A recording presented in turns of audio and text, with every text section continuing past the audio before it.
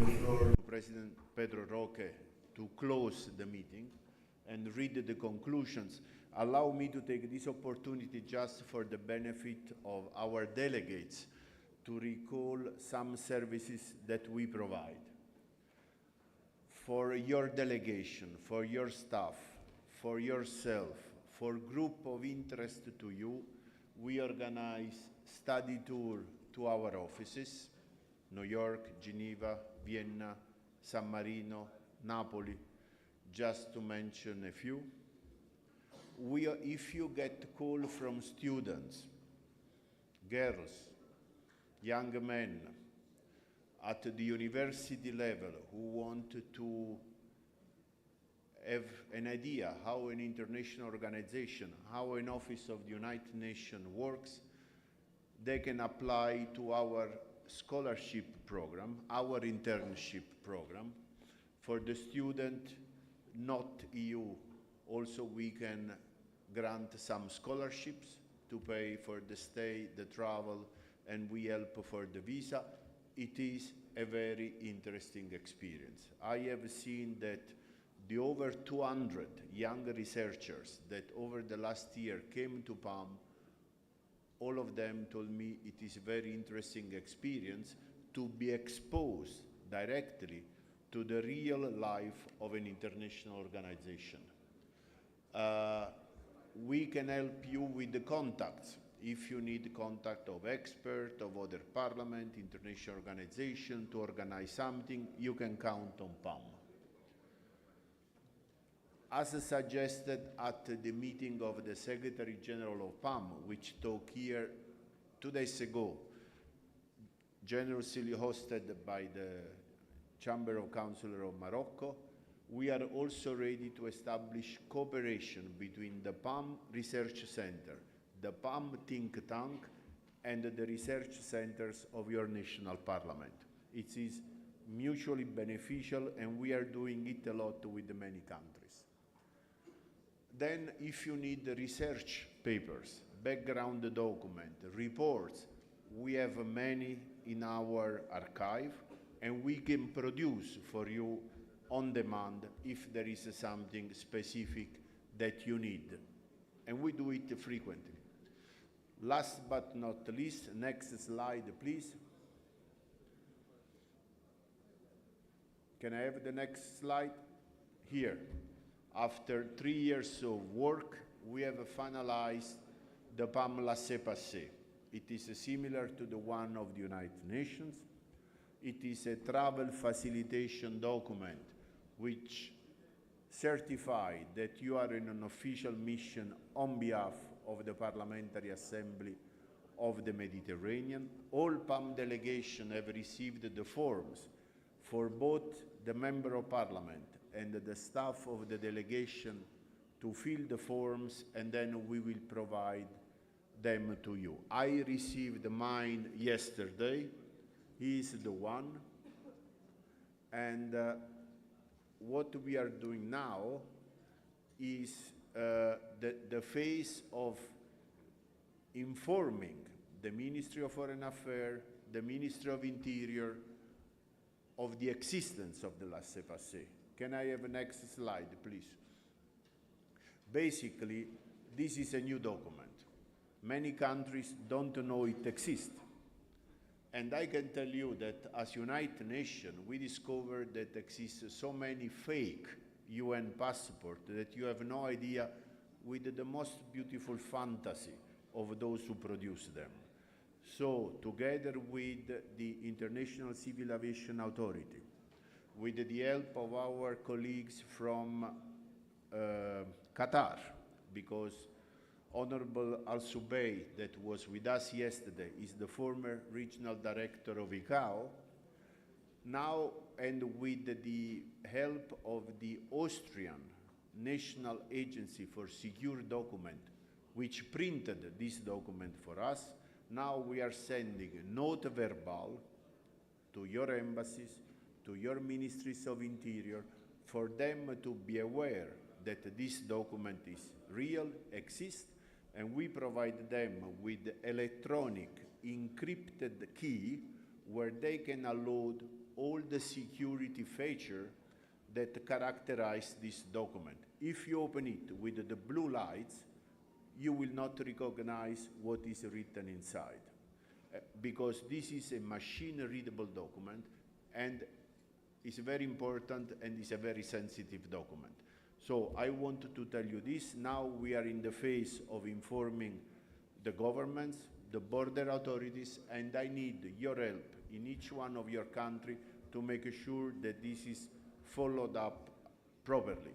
The government of Austria, where we have a meeting, an office, and we have many United Nations agencies, has already confirmed to us that they have received it, and now you can enter Austria with this document. Thank you very much. Before I give the floor to President Roque, I wish to thank the President for the welcome, the warm hospitality, the excellent organization. You, President Rashid, and the staff of your parliament, thank you very much. It was great.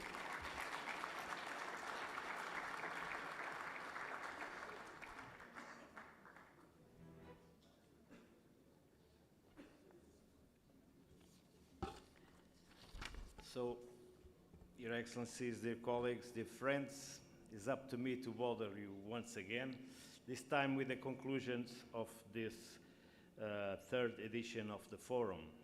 So, in my capacity as Vice President of the Parliamentary Assembly of the Mediterranean, at the conclusion of this forum, I wish to formally state, expressing gratitude to the Kingdom of Morocco, and in particular to its House of Councillors, and to its President, His Excellency Mohammed Al-Rashid, for having generously hosted this third edition under the high patronage of His Majesty, the King Mohammed VI.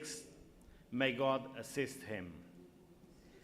Over 300 delegates from 30 countries and 40 organizations have assembled in Marrakesh on 23 and 24 May 2025, on the occasion of the Third Economic Parliamentary Forum of the Euro-Mediterranean and Gulf regions, to discuss strategies to overcome the most pressing economic and environmental issues for our regions. Reaffirming the critical role of PAM and its delegates in driving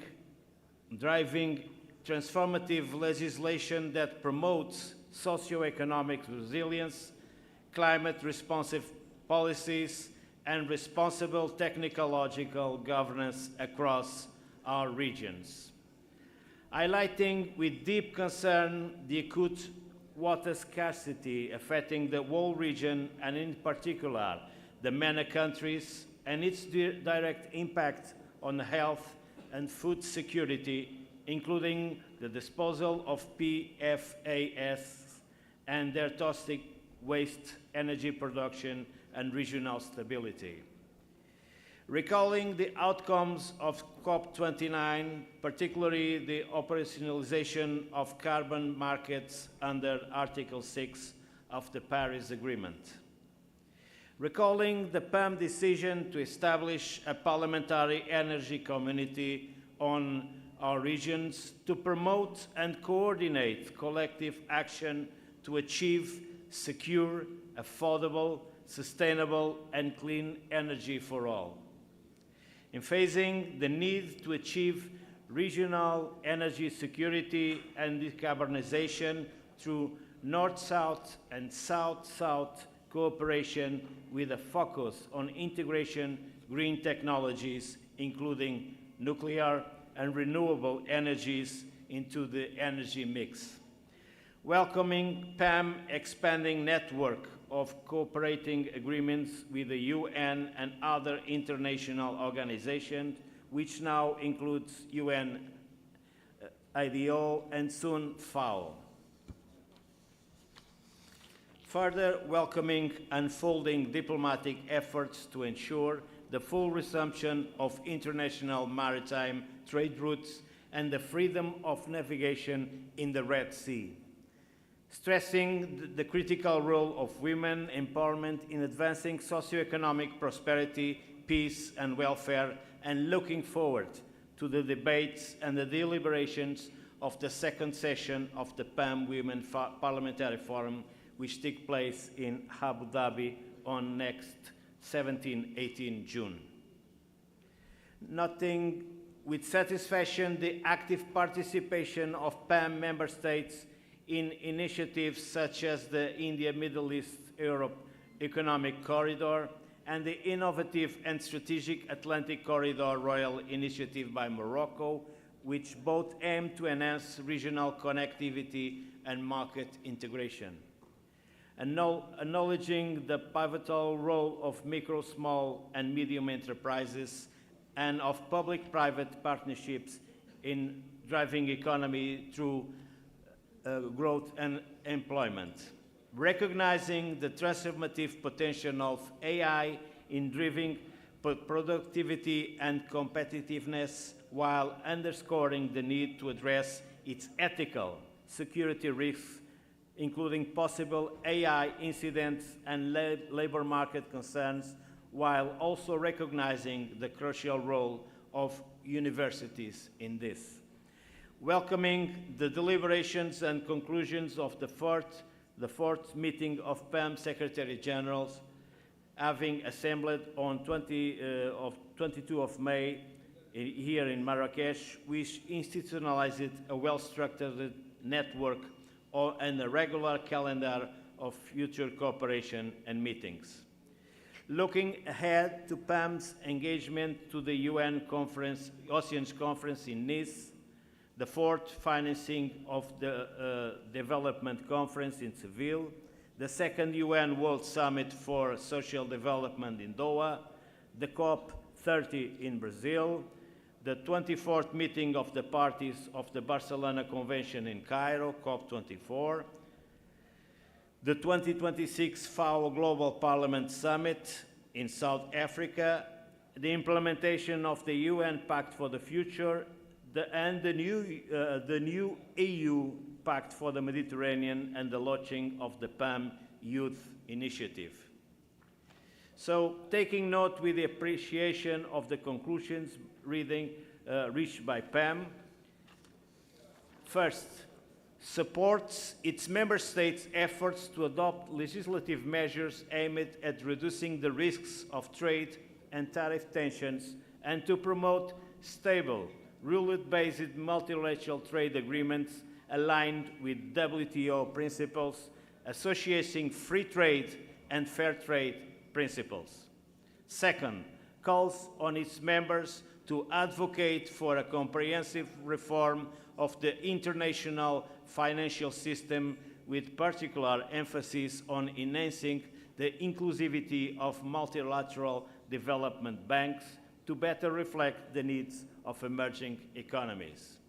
Third, further recommends its member states to implement all relevant strategies and policies to ensure that women are granted equal access to opportunity, resources, and decision-making power in the economic sphere, and that an updated report is prepared for the next session of the Women Parliamentary Forum.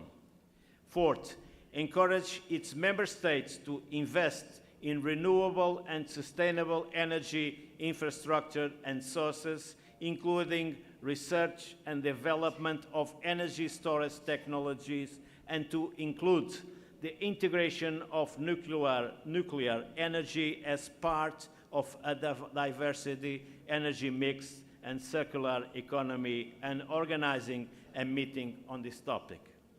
Fifth, request entities such as MEDREG and to MEDTSO to cooperate with PAM and ensure that the parliamentary dimension be duly associated to their work, and welcomes the forthcoming coordination meeting between PAM and MEDREG. Sixth, calls upon members of parliament to integrate climate transition strategies into energy and agriculture policies, especially for energy-dependent sectors such as irrigation, storage, and food processing. Seventh, commits to assist its member states in raising awareness about the innovative alternative use of natural resources such as carbon reserves, and to produce a dedicated report on the topic. Eighth, supports the creation of a comprehensive and universal international treaty on AI, inspired by the model of the UN Convention on the Law of the Sea and by the OECD Principles on AI and on the OECD Global Partnership on AI, aiming at establishing global standards and governance mechanisms with a focus on regulating AI's impact on labor markets, and will organize dedicated meeting on this topic. Ninth, calls upon its member states to adopt legislation that bridges the digital divide by expanding access to digital infrastructure, ensuring that digital transformation contributes to equitable regional economic development.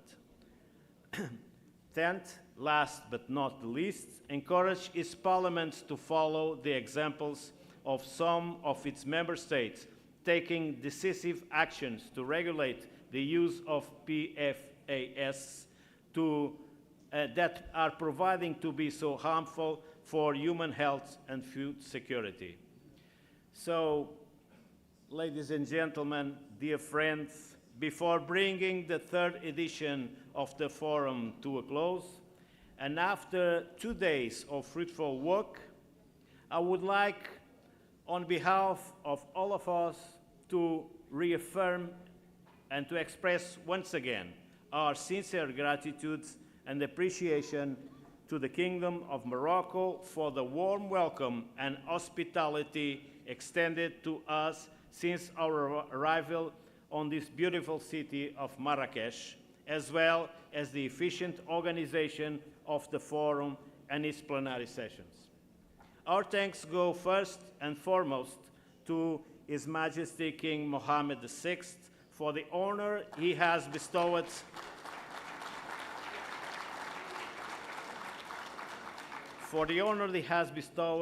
upon us through his high patronage of our work. We are thus deeply honored to respectfully convey to His Majesty our most sincere thanks, and we take this opportunity to express our deepest appreciation for the great attention he devotes to the promotion of issues related to the Euro-Mediterranean and Gulf regions. We also wish to express our best wishes for happiness, peace, and continued prosperity and progress to the Moroccan people. Finally, we kindly request His Excellency Mr. Mohammed Ould El Rashid, President of the House of Councillors of the Kingdom of Morocco, to convey on behalf of all participants our humble thanks to His Majesty. I thank you all for your attention.